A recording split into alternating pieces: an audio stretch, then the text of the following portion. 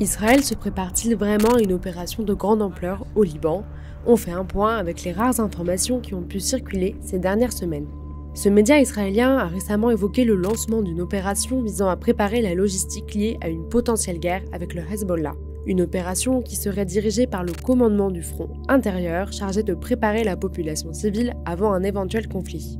L'opération inclurait des stocks de près de 80 000 paquets de nourriture et d'autres équipements pour sécuriser des abris en cas de guerre. D'ailleurs, certains hôpitaux se sont déjà préparés à cette éventualité depuis plusieurs mois. C'est le cas de l'hôpital Rambam à Haïfa, qui a transformé son parking souterrain en hôpital de campagne. L'armée israélienne avait déjà publié en février des images d'exercices militaires dans le nord du pays.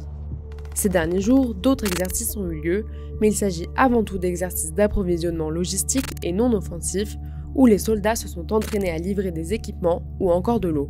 Jusqu'à aujourd'hui, on compte plus de 80 000 Israéliens déplacés dans le nord d'Israël, selon l'Agence des Nations Unies pour les réfugiés, et plus de 90 000 Libanais dans le sud du Liban, selon l'Organisation internationale pour les migrations.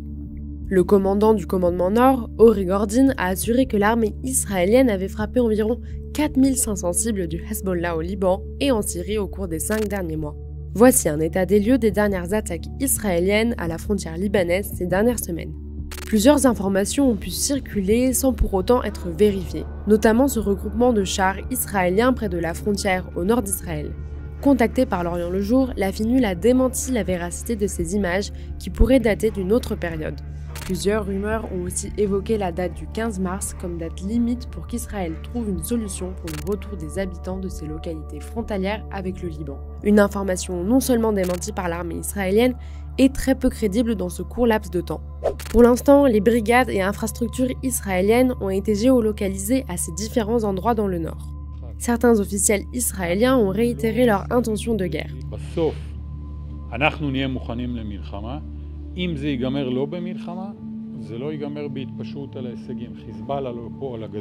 Ces dernières semaines, donc, Israël semble se préparer à une guerre, mais rien ne permet pour autant d'affirmer qu'une incursion terrestre aura lieu.